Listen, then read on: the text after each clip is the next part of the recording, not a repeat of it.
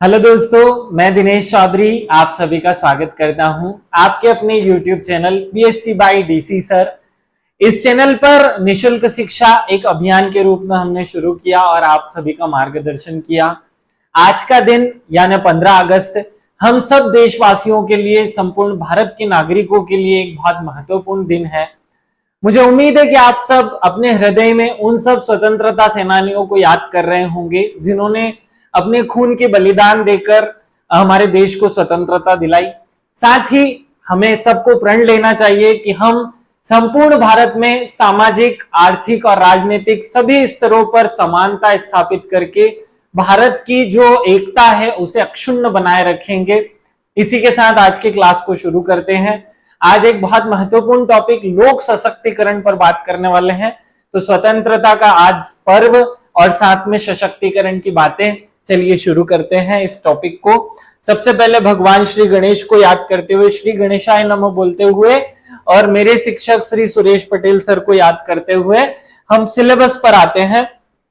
देखिए, हम सबको ये लगता है कि देश में अनेक समस्याएं हैं, हम सबको ये लगता है कि सरकार कुछ नहीं कर रही है, सरकार ने ये नहीं किया, वो नहीं किया। मैं एक विशेष बात आप सभी से शेयर करना चाहता हूं कि इस दुनिया की लगभग सारी सरकारें इसी तरीके से काम करती हैं जिस तरीके से हमारी सरकारें काम करती हैं। भले ही वो आज से 10 साल पुरानी सरकार हो, कांग्रेस की सरकार या यूपीए के समय की सरकार हो, या वो आज के समय की सरकार हो, एनडीए सपोर्टेड सरकार हो या बीजेपी समर्थित सरकार हो, सरकार का काम करने का नजरिया या तरीका हमेशा एक जैसा होता है। लेकिन डिफरेंस कैसे आ जाता है अमेरिका और यूरोपीय कंट्रीज और भारत में? डिफरेंस आता है वहां के नागरिकों की जिम्मेदारी से। जब नागरिक अवेयर हो जाते हैं, नागरिक पूरी तरह जागरूक हो जाते हैं, नागरिक अपने बातों को, अपनी चीजों को समझने लगते हैं, तब जाकर के कहीं देश में वास्तविक रूप से व्यवस्था स्थापित हो पाती है। पूरी तरह से सरकार को किसी काम के लिए जिम्मेदार ठहरा करके अपना पल्ला झाड़ लेना, ये शायद एक विशेष बात है जो केवल भारत में पाई जाती है। विश्व के सभी देशों में सरकार ऐसा ही काम करती है, हमारे देश में भी वैसे ही काम करती है। जिस दिन हम सब ने सोच लिया कि भारत की शिक्षा प्रणाली को सुधारेंगे और हर एक नागरिक उसके लिए कटिबद्ध, प्रणबद्ध हो जाएगा, उस दिन अपने आप ये व्यवस्थाएं सुधर जाएंगी। जिस दिन हमने सोच लिया कि भारत में ये गैंग रेप, बलात्कार, फलाने अपराध, ये वो सब चीजें बंद हो जाएंगी, जिस दिन हम सोच लेंगे कि भारत में नशा बंद होना चाहिए, उस दिन सब होगा। नागरिक सोचने जरूरी है, नागरिकों का इच्छा जाहिर करना, सरकार के समक्ष उस प्रस्ताव को लेकर जाना और सुदृढ़ रूप से आंदोलन के रूप में सरकार से वो मांग करना, अपने आप सब मिलेगा। हम क्यों नहीं समझते कि ये हमारी जिम्मेदारी है, ना कि सरकार की? क्योंकि सरकार तो केवल एक अंग है जो हमारे लिए व्यवस्था बनाकर रखने का काम करती है। हम सब लोग सरकार पर टालना चाहते हैं। मुझे लगता है कि जिस दिन आज हमारे देश कैसे चल रहा है, जहां हमें अपना खुद का स्वार्थ नजर आता है, हम उस काम को करना शुरू कर देते हैं। हर व्यक्ति अपने स्वार्थ के लिए चीजें कर रहा है और क्यों ना करे, करना भी चाहिए। लेकिन हमारे देश में अगर हम चाहते हैं कि व्यवस्थाएं सुधरें, सब कुछ सुदृढ़ हो जाए, सब कुछ ठीक हो जाए, तो उसके लिए हमें आगे आकर सपोर्ट करना होगा, हमें आगे आकर जिम्मेदारी लेनी होगी कि ये काम मैं जिम्मेदार से करूंगा, मैं हूं इसके लिए जिम्मेदार। किसी एक प्रशासनिक अधिकारी को, किसी एक नेता को, किसी एक मंत्री को किसी काम के लिए जिम्मेदार ठहरा देना कहां तक उचित है, आप स्वयं से पूछिएगा। चलिए, बहुत सारी बातें करने की आदत नहीं है, लेकिन फिर भी आज स्वतंत्रता दिवस था। ग्रुप पर 2-3 मैसेज मैंने देखे। कलकत्ता कांड के बाद कुछ लोग अपनी सरकारों को कोसते हुए दिखाई दिए, तो मुझे लगा कि कुछ बातें बतानी चाहिए। चलिए शुरू करते हैं। सबसे बार बार कहता हूं कि सिलेबस को अच्छे से याद कर लो। आज हम एक टॉपिक पढ़ रहे हैं, लोक सशक्तिकरण। लोक सशक्तिकरण, चलिए शुरू करें। 3 शब्दों से मिलकर बना हुआ ये लोक सशक्तिकरण। पहला लोक, दूसरा सशक्ति और तीसरा करण। लोक शब्द का अर्थ है लोग या मानव या उस देश के नागरिक। सशक्तिकरण को बाद में समझे। करण मतलब प्रक्रिया। कोई भी कार्य अगर क्रियाशील है, चल रहा है, प्रक्रिया में है, तो उसे करण शब्द से डिनोट किया जाता है।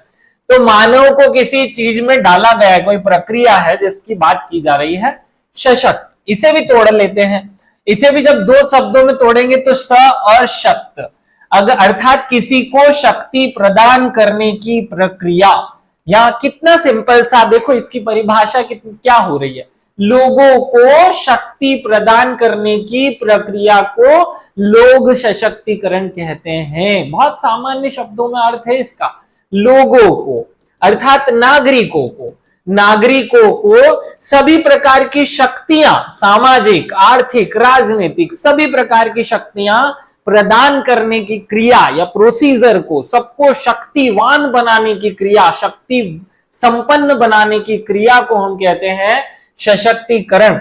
आपने सब लोगों ने बहुत एक कॉमन टर्म सुनी होगी, महिला सशक्तिकरण, अर्थात महिलाओं को शक्ति संपन्न बनाने की प्रक्रिया। जब हम कहें कि आदिवासियों को सशक्तिकरण करना है, तो मतलब आदिवासियों को सामाजिक रूप से, आर्थिक रूप से, राजनीतिक रूप से, निर्णय लेने में और जितने भी आयाम हो सकते हैं धार्मिक रूप से, सभी क्षेत्रों में शक्ति संपन्न बनाने की, क्या बोल रहे हैं हम, शक्ति संपन्न बनाने की प्रक्रिया को कहते हैं सशक्तिकरण। इसे बहुत अच्छे से समझ लीजिए, आपको याद होना चाहिए। शक्ति मतलब शक्ति के सहित, इसका हिंदी में ट्रांसलेशन होगा शक्ति के साथ, शक्ति के सहित, और प्रकरण माने हो गया प्रक्रिया। क्या हो गया, प्रक्रिया। अब लोग तो आगे लगा ही हुआ है, लोग माने मानव, जनता, जनता को शक्ति संपन्न बनाने की क्रिया क्या कहलाती है, सशक्तिकरण कहलाती है। मानव सशक्तिकरण, लोक सशक्तिकरण कहलाती है। शायद आप सब लोग अर्थ समझ गए होंगे। लोक सशक्तिकरण का अर्थ होता है देश में जनता को सशक्त करना। सशक्त करना मतलब शक्ति संपन्न बनाना, अर्थात जागरूक करना, या उन्हें उनके अधिकारों के प्रति सचेत कर देना। या अधिकार तो हमने लिखित रूप में दे रखे हैं, वास्तविक या व्यवहार रूप में उनके हाथ में अधिकार दे देने की स्थिति या अवस्था को कहते हैं लोक सशक्तिकरण।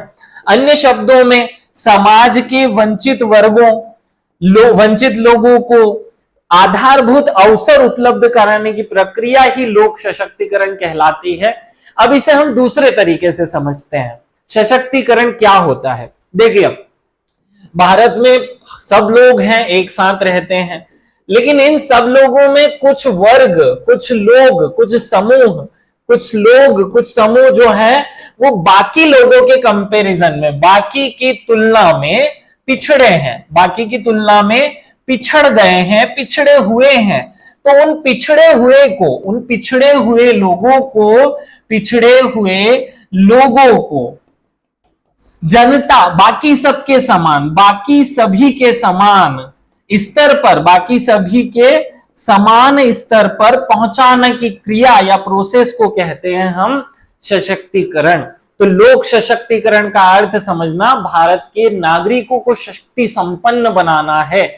आप सबको पता है टेक्नोलॉजी के माध्यम से हम जो है, टेक्नोलॉजी और साइंस एंड टेक के माध्यम से हम बना ही रहे हैं सशक्त, लेकिन यहां जो बात की जा रही है लोक सशक्तिकरण की, वो है आम आदमी को सशक्त बनाने की, एक कॉमन मैन को शक्ति संपन्न बनाने की।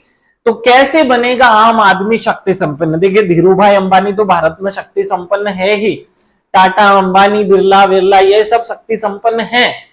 भारत के राजनेता शक्ति संपन्न है, नौकरशाह शक्ति संपन्न है। तो शक्ति संपन्न कौन नहीं है? वह व्यक्ति जो पूरे समूह में पिछड़ा हुआ है। क्या है? पिछड़ा हुआ है, उसे शक्ति संपन्न बनाने की बात की जा रही है। कॉन्सेप्ट को बहुत अच्छे से धारण कर लें तो फिर आपको मूल बातें समझने में ज्यादा प्रॉब्लम नहीं आएगी। फिर आगे बढ़ते हैं हम, इसी प्रक्रिया को, इसी क्रम को आगे बनाते हैं। ऑक्सफोर्ड जो डिक्शनरी है, ऑक्सफोर्ड जो शब्दकोश है, उसके अनुसार सशक्तिकरण को विशेष रूप से एक व्यक्ति के जीवन को नियंत्रित करने और किसी अधिकार की सुदृढ़ता पूर्वक मांग करने के लिए और मजबूत और आश्वस्त होने की प्रक्रिया के रूप में परिभाषित किया जाता है। मुझे पता है ऐसे कठिन शब्द आपको समझ में नहीं आएंगे।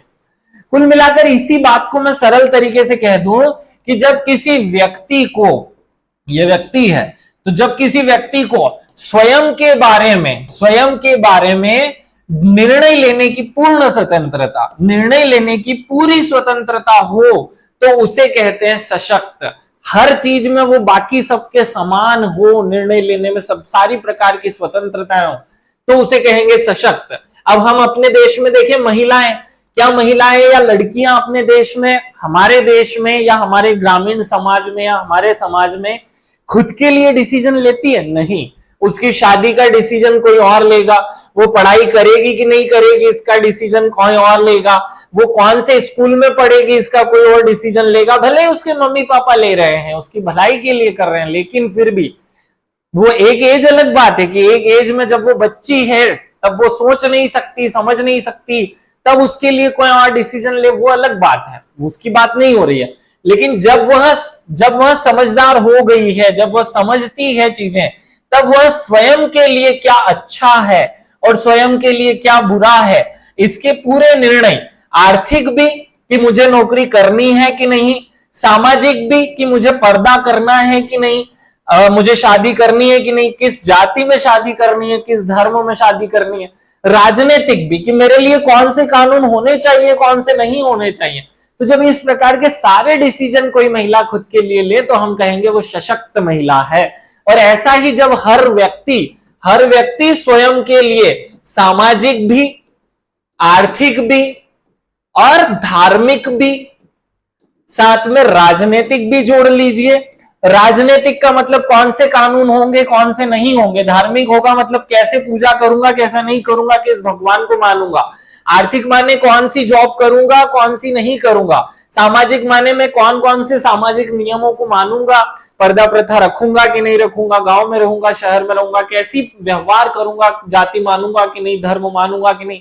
ये सब बातें मानने ना मानने में जब निर्णय स्वयं में लेने लगे व्यक्ति, तो निर्णय जब उसके हाथ में आ जाए, निर्णय में वो खुद भागीदार बनने लगे, उसे हम कहते हैं सशक्तिकरण। इस बात को एक बार और रीड करें। इस प्रकार लोक सशक्तिकरण समाज के हाशिए पर पड़े हुए या वंचित वर्गों के जीवन में सामाजिक, आर्थिक, राजनीतिक क्षेत्र में भाग लेने में सक्षम बनाने की प्रक्रिया है। जब हमने समाज के हर एक व्यक्ति को ऐसा बना दिया कि वो सामाजिक निर्णय में भागीदार रहे, अकेला तो नहीं ले सकता, लेकिन क्योंकि पूरा समाज एक यूनिट है, तो जब वो समाज में भागीदार बनने लगे, अब हमारे यहाँ क्या होता है, हमारे यहाँ अस्पृश्यता एक समस्या है। अस्पृश्यता जो है ये एक समस्या है, और जब ये अस्पृश्यता बनाई गई तो समाज में जो 4 वर्ग थे, ब्राह्मण, क्षत्रिय, वैश्य और शूद्र, ऊपर वाले वर्गों ने नीचे वाले वर्गों के बिना पूछे उनके लिए यह व्यवस्था बना दी। इसका मतलब इसका सशक्तिकरण नहीं हुआ, ये सामाजिक रूप से पिछड़ा हो गया। पिछड़े की क्या डेफिनेशन है? जो अपने लिए डिसीजन ना ले पाए वो पिछड़ा, और जो खुद के लिए डिसीजन में भागीदार बन पाए वो अगड़ा, मतलब वो भाग ले रहा है।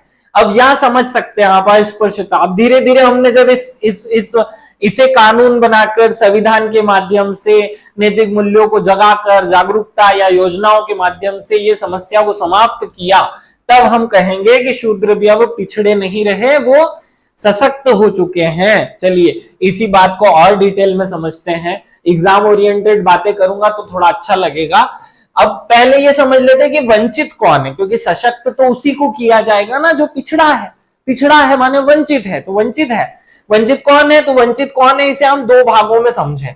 एक तो जो समूह के रूप में वंचित है, पूरी की पूरी सामाजिक रूप से या समूह के रूप में पिछड़े हुए हैं, और एक वो जो कुछ लोग पिछड़े हुए हैं, वह व्यक्तिगत रूप से पिछड़े हैं। समूह में कौन आ जाएगा? हमारे देश में अल्पसंख्यक पिछड़े हैं, ग्रामीण जन पिछड़े हैं, अनुसूचित जाति और अनुसूचित जनजाति, ये लोग पिछड़े हुए हैं, या ये पूरे वर्ग के वर्ग पिछड़े हैं। जबकि व्यक्तिगत में देखें तो महिलाएं, वृद्धजन, बच्चे, दिव्यांगजन और ट्रांसजेंडर, ये सब पिछड़े हुए माने जाते हैं। उम्मीद है आपको ये पॉइंट समझ में आया होगा। समाज में अगर 1000 लोग हैं तो उस समाज में ये जो हमने बात की, इनमें से ये समूह रूप से और ये व्यक्तिगत रूप से पिछड़े हुए हैं। इन सबको सब में सब प्रकार से बराबर कर देने की स्थिति कहलाएगी सशक्तिकरण। सशक्तिकरण, सबको संपन्न बना देना शक्ति से। इन सबको, ना कोई महिला ऐसी हो जिसे अपने बारे में डिसीजन कोई और लेना पड़ रहा है, कोई और ले रहा है, ना कोई वृद्ध ऐसा हो जिसकी स्थिति दयनीय हो गई हो, ना बच्चा हो, ना दिव्यांग हो, ना ट्रांसजेंडर हो। किसी भी तरीके से सामाजिक, आर्थिक, राजनीतिक, धार्मिक और कोई आधार भी हो सकता है, सभी पर जब ये सब समान हो जाएंगे तो उसे कहेंगे सशक्तिकरण। आगे बढ़ते हैं। कमजोर वर्गों के सशक्त करने हेतु कौन कौन से आवश्यक तत्व माने जाते हैं? 4 आवश्यक तत्व समाज शास्त्र में स्वीकार किए गए हैं। मैं आम भाषा के तत्व भी बताऊंगा और समाज शास्त्र के भी बताऊंगा। आवश्यक तत्व जब शब्द पूछे तो हम बोलेंगे सूचनाओं तक पहुंच। ये बहुत इंपॉर्टेंट है, क्योंकि किसी ग्रुप को, समूह को, जनता को जब सूचना ही नहीं पहुंचेगी तो वो कहां से सशक्त होगा। दूसरा, समावेशन अर्थात मिलना जुलना और भागीदारी, हर काम में उसकी भागीदारी हो, उत्तरदायित्व की भावना उसमें हो और स्थानीय संगठनात्मक क्षमता उसमें हो। इन 4 तत्वों को स्वीकार किया गया है कि वंचित वर्गों के या कमजोर वर्गों को सशक्त करने के ये आवश्यक तत्व हैं। अगर इसी को हम आगे कॉमन भाषा में समझें तो हम कहेंगे कि 2 आधारभूत तत्व, 2 प्रकार के आधारभूत तत्व होते हैं। एक, आपने सुना होगा ना, मनुष्य की क्या जरूरत है? रोटी, कपड़ा और मकान। तो अब उससे थोड़ा आगे बढ़ गया है, अब मोबाइल, चार्जर ये भी हो गया है। तो पहले रोटी माने खाद्य सुरक्षा, कपड़ा और मकान मतलब आवास, फिर अब हो गया है शिक्षा, शिक्षा के साथ चाहिए रोजगार, स्वास्थ्य और जागरूकता। ये 6 आधारभूत तत्व कॉमनली माने गए। समाज शास्त्र में भी लिख सकते हैं आप, समाज शास्त्र में भी इनको लिखना है। लेकिन जब आपसे पूछ लिया जाए कि केवल आवश्यक तत्व बोले तो आपको ये 4 लिखने हैं, और जब केवल तत्व बोले तो फिर आप अपने हिसाब से उस इनमें से जो आपको अच्छे से याद रह जाए, रोटी, कपड़ा और मकान, शिक्षा, रोजगार, स्वास्थ्य और जागरूकता, ये मूलभूत है। कैसे आएंगे, कैसे आएगी सशक्त, कैसे हो जाएगा सशक्तिकरण की अवस्था कैसी है, क्या होगा उस सशक्तिकरण की अवस्था में? तो क्या होगा? सब में समानता होगी, सब लोग स्वतंत्र होंगे, अवसर के सबको समानता मिलेगी, निर्णय लेने में हर एक व्यक्ति स्वतंत्र होगा, सबको न्याय मिलेगा, विकास के सबको समान अवसर मिलेंगे, हर एक व्यक्ति अपने आप में आत्मनिर्भर हो जाएगा। ऐसी सिचुएशन को, ऐसी अवस्था में, अवस्था तक पहुंचेंगे तब हम कहेंगे कि हम सशक्त समाज हैं, सशक्तिकरण हो चुका है। ये दोनों पॉइंट याद रख लेना। और आगे बढ़ते हैं, और आगे बढ़ेंगे तो आपको अगला पॉइंट मिलेगा, लोक सशक्तिकरण की आवश्यकता क्यों है? क्यों चाहिए भाई, क्यों करना है हमें सशक्तिकरण, क्यों करना है सशक्तिकरण? इसलिए करना है कि संविधान के जो मूल्य है, संवैधानिक मूल्यों की स्थापना हेतु, पहला पॉइंट ये हो सकता है, लेकिन मैं संविधान की बातें सोशियोलॉजी में ज्यादातर नहीं करने से बचता हूं, इसलिए ऐसे लिखे। लोकतांत्रिक मूल्यों की स्थापना हेतु, समाज में न्याय की स्थापना हेतु, सभी भेदभावों की रोकथाम हेतु, समावेशी विकास हेतु, मानवीय मूल्यों की स्थापना हेतु, मानवीय समस्याओं के समाधान हेतु, अपराधों की रोकथाम हेतु, और लिख सकते हैं अपराधों की रोकथाम हेतु, विकास का मार्ग सुनिश्चित करने हेतु, विकास का मार्ग सुनिश्चित करने, और 50 लिखे जा सकते हैं, लेकिन मूल रूप से जो मुझे अच्छे लगते हैं वो पॉइंट मैंने ऊपर रख दिए।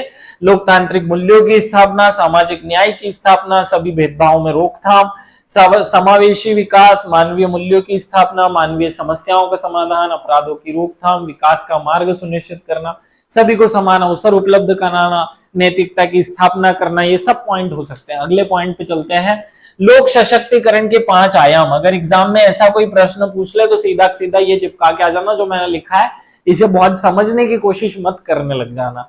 आवागमन की स्वतंत्रता, ये पहला आयाम है। परिवार द्वारा समर्थन और वर्चस्व की स्वतंत्रता, खुद उसकी पहचान हो स्वयं में। दैनिक जीवन में निर्णय की स्वतंत्रता, सामाजिक कार्यों में भागीदारी, आर्थिक सुरक्षा और स्थिरता। अगर हमने हर एक व्यक्ति को ये 5 दे दिया तो समाज में ना कोई एसटी एससी बचेगा, ना कोई महिला पुरुष बचेगा, सब एक जैसे हो जाएंगे। माने महिला पुरुष बचेगा से आशय ये नहीं है कि बचेंगे ही नहीं, सब मर जाएंगे, ऐसा नहीं है। महिला पुरुष के बीच का जो भेदभाव है वो समाप्त हो जाएगा, वो भेदभाव समाप्त करने की बात की जा रही है। एसटी एससी बचेगा नहीं मतलब यह नहीं है कि एसटी एससी खत्म हो जाएंगे, एसटी एससी ओबीसी जनरल ऐसा कोई कॉन्सेप्ट ही नहीं होगा, सब लोग एक जैसे हो जाएंगे। आप लोगों को यही लगता होगा कि भारत में कितने ही चोंचले हैं, कभी स्त्री पुरुष के नाम पर, कहीं महिला पुरुष के। भैया इस दुनिया में हर जगह, हर प्रकार में, हर समाज में कहीं ना कहीं स्त्रीकरण, ये जो स्त्रीकरण है ना, जिसे हम कह रहे हैं एसटी एससी ओबीसी या जाति के आधार पर, कहीं धर्म के आधार, हर जगह पाया जाता है। अब अमेरिका समाज की बात कर लो, वहां काले गोरे का भेद होता है, आप किसी यूरोपीय समाज की बात कर लो, वहां किसी न किसी टाइप का, जैसे आपने सेकेंड वर्ल्ड वॉर के टाइम पे सुना होगा नाजियों ने दूसरे वर्ग को पीटा कूटा मारा, ऐसा आपने देखा होगा। वहां जो उनकी वंशावली थी या उनकी जो प्रजाति थी, उस प्रजाति के आधार पर, तो यूरोप में प्रजाति के आधार पर पाया जाता है, प्रजाति के आधार पर। अमेरिका में रंग के आधार पर पाया जाता है भेदभाव, और भारत में जाति के आधार पर, कर्म के आधार पर, वर्ग के आधार पर पाया जाता है। अब अमेरिका में काले गोरे का भेद खत्म हो गया, तो वहां दूसरे टाइप का भेद शुरू हो गया, अमीर गरीब वाला। अमीर गरीब मध्यम वर्ग, कॉन्सेप्ट कहां से आया? अमेरिका से। तो हर समय हर समाज में ये सब चीजें विद्यमान होती है, आपको इनसे परेशान नहीं होना है, हमें आगे बढ़ने की कोशिश करनी है, फिर भी सबको इक्वल करने की कोशिश करनी है। चलिए आगे बढ़ते हैं। भारत में सशक्तिकरण हेतु क्या प्रयास किए गए? यही प्रश्न आएगा एग्जाम में, प्रश्न आने में ये महत्वपूर्ण बात होगी। चलो, तो संवैधानिक प्रयास की बात की जाए तो आप 5, 7, 10 आर्टिकल्स के नाम लिख लेना। अब मैं आर्टिकल्स पढ़ाकर इस टॉपिक को बहुत लंबा खींचूंगा नहीं, सब आर्टिकल्स याद है आपको, मेंस की तैयारी कर रहे हैं। आर्टिकल 14, आर्टिकल 15, 16, 17, 18, 23, 24, 25, 29, 30 का सारे आर्टिकल भेदभाव समाप्त ही तो करते हैं, सभी में समानता स्थापित करने, सशक्तिकरण करने। आर्टिकल 14 क्या कहता है? समता की स्थापना। 15 क्या कहता है? एक व्यक्ति के साथ 5 आधारों, धर्म, जाति, लिंग, वंश और जन्म स्थान के आधार पर भेदभाव का निषेध। 16 लोक नियोजन के अवसर में समानता, अस्पृश्यता का अंत, उपाधियों का अंत। 23-24 आप सबको पता है, प्राण एवं दैहिक स्वतंत्रता और न्यूनतम मजदूरी वाली जो बात है, बालकों के साथ बाल श्रम। 25 धार्मिक स्वतंत्रता। 29-30 अल्पसंख्यकों के लिए अधिकारों की बात करता है, स्वतंत्रता देता है। 30 शिक्षा से संबंधित बात करता है। कुल मिलाकर सारे आर्टिकल्स बात करते हैं। ऐसे ही भारत सरकार ने दूसरा प्रयास किया, कानून बनाकर, विधि बनाकर। कौन कौन से कानून बनाए? न्यूनतम मजदूरी अधिनियम 1948, इसी में लिख दो कारखाना अधिनियम 1948। तो कारखाना अधिनियम 1948 और न्यूनतम मजदूरी अधिनियम दोनों कानून आए। बंधुआ मजदूरी प्रतिषेध अधिनियम 1976, अनैतिक व्यापार निवारण अधिनियम 1956, दहेज निषेध अधिनियम 1961, इसी में लिख लो घरेलू हिंसा 2005, घरेलू हिंसा अधिनियम 2005, पोस्को एक्ट 2012। तो ऐसे आपको कॉमनली नाम याद होने चाहिए। पीसीपीएनडीटी एक्ट, पीसीपीएनडीटी एक्ट मतलब वो गर्भपूर्व प्रसव की जांच कराने वाला अधिनियम 1994, तो कॉमन है कानून। दिव्यांगजन अधिकार अधिनियम 2016, अनुसूचित जाति जनजाति अत्याचार नियंत्रण अधिनियम 1988 2018 में संशोधन हुआ। सिविल अधिकार संरक्षण अधिनियम 1955 1976 में संशोधन हुआ। बहुत सारे कानून बनाए सरकार ने, अभी भी बना रही है। जैसे अभी आप सबको पता है कौन सा कानून बनाया गया महिलाओं को राजनीतिक रूप से सशक्त करने के लिए? आप लोग कमेंट करके नाम बताना उस कानून का। 2023 में बना है। कितने 196 संविधान संशोधन से लाए हैं, बता देना कमेंट करके। जागरूकता संबंधित अभियान, संबंधित प्रावधान, बहुत सारे जागरूकता के प्रावधान किए हमने, बहुत सारी योजनाएं बनाई, बहुत सारे कानून बनाए, बहुत सारी प्रयास किए जिनसे लोगों को जागरूक किया जा सके। संस्थागत प्रयास, बहुत सारी संस्थाएं बनाई। जनजाति कार्य मंत्रालय बनाया, सामाजिक न्याय अधिकारिता मंत्रालय बनाया, अल्पसंख्यक मंत्रालय बनाया, राष्ट्रीय बाल अधिकार संरक्षण आयोग बनाया, पिछड़ा वर्ग आयोग बनाया, अनुसूचित जाति आयोग बनाया, जनजाति आयोग बनाया, महिला आयोग बनाया। खूब सारे संस्थाएं बनाकर भी प्रयास किए कि सरकार इन भेदभाव को रोक सके और लोगों को सशक्त कर सके। आगे बढ़ते हैं। ऐसे योजनागत प्रयास भी बहुत महत्वपूर्ण है। अब आप इसी योजना में मैंने ये जो पॉइंट आपको रटवाया हुआ है, यहाँ जो पॉइंट बताया था, उन सबके 5-5 योजनाएं सबके लिख दो। अल्पसंख्यक की 5 योजना लिख दो। नई रोशनी योजना, प्रतिभा किरण तो ग्रामीण वाली हो जाएगी। अल्पसंख्यक में उस्ताद योजना आ जाएगी, अब्दुल कलाम योजना आ जाएगी। अनुसूचित जाति की कुछ योजनाएं लिख दो, जनजाति की लिख दो, महिलाओं की लिख दो, वृद्ध की, बच्चों की, दिव्यांग की, सबकी 5-5 योजनाएं जो है हम लिख लें। जैसे मैंने लिखी, क्या लिखा? प्रधानमंत्री मातृ वंदना योजना, उज्ज्वला योजना, सुकन्या समृद्धि योजना, जननी सुरक्षा योजना, लाडली लक्ष्मी योजना। तो 5 योजनाओं में नाम कितनी आसानी से आ जाएंगे। उस्ताद कार्यक्रम, 15 सूत्री कार्यक्रम, राज्य वक्फ बोर्ड, नई रोशनी, नई पहल योजना, एपीजे अब्दुल कलाम योजना, अंबेडकर पोस्ट मैट्रिक छात्रवृत्ति योजना, एकलव्य आवासीय मॉडल योजना, वन बंधु योजना और जितनी भी योजना है, जैसे अटंटिया भील स्वरोजगार योजना, बिरसा मुंडा स्वरोजगार योजना, 2 योजना तो रटली होगी पिछली पीढ़ी ने जब से विवाद किया। वृद्ध लोगों पर राष्ट्रीय नीति, राष्ट्रीय पेंशन योजना, वरिष्ठ नागरिक योजना, जवाहरलाल ग्राम समृद्धि योजना, ग्रामीण एकीकृत विकास कार्यक्रम, प्रधानमंत्री सड़क योजना, मनरेगा, पंचायती राज व्यवस्था, ये सब चीजें प्रयास किए गए योजनागत रूप से सशक्त बनाने के लिए उन सभी को जो पिछड़े थे। तो परियोजनागत प्रयास तो पूछ ले तो सबसे सरल प्रश्न होगा, और मुझे उम्मीद है कि यही प्रश्न एग्जाम में पूछा जाएगा या यही जब प्रश्न पूछा जाना चाहिए। फिर से एक बार इसी पॉइंट पे एक चीज और क्लियर करूं, जैसे महिला सशक्तिकरण के लिए महिलाएं खुद जब तक महिलाओं को सशक्त बनाने के लिए आगे नहीं आएंगी तब तक समाज में महिलाओं का सशक्तिकरण नहीं हो सकता। उसी प्रकार बाकी सब वर्ग खुद को सशक्त बनाने के लिए आगे उठकर नहीं आएंगे, समाज का सशक्तिकरण नहीं हो सकता। आप देखेंगे तो दिव्यांग जनों के सशक्तिकरण कौन करेगा? जब तक दिव्यांग जन खुद सुप्रीम कोर्ट से मांग नहीं करेंगे तब तक 3% आरक्षण से 4% नहीं बढ़ा। 4% बढ़ा दिया, कर दिया सुप्रीम कोर्ट ने, 2016 से ही लागू हो गया। लेकिन तब तक जब तक आप मांग नहीं करेंगे तब तक आपको अधिकार कोई नहीं देने वाला है। तो अगर हम चाहते हैं कि समाज में सशक्तिकरण हो तो हर एक वर्ग को उसके लिए भागीदारी निभानी होगी। जितना आप अधिकार चाहते हैं उतनी आपको जिम्मेदारी स्वीकार करनी होगी, तब जाकर के समाज में सशक्तिकरण हो सकता है। उम्मीद है ये टॉपिक आपके दिमाग में सेट हुआ होगा, कॉन्सेप्ट क्लियर हुए होंगे आप सब लोगों को। फिर से एक बार आज 15 अगस्त है, उसकी बहुत सारी शुभकामना दे दूं। लास्ट में हर एक क्वेश्चन पर, हर एक टॉपिक पर आप निष्कर्ष लिखते सीखें।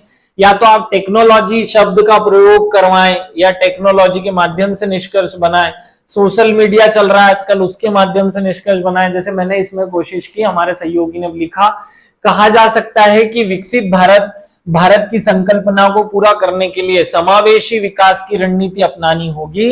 वर्तमान समय में सोशल मीडिया ने जन चेतना के क्षेत्र में महत्वपूर्ण भूमिका निभाई है, जन चेतना का महत्वपूर्ण माध्यम बन चुका है, जिससे भविष्य में लोक सशक्तिकरण का उद्देश्य पूर्णता हो सकता है या पूर्ण हो सकेगा या हो सकता है।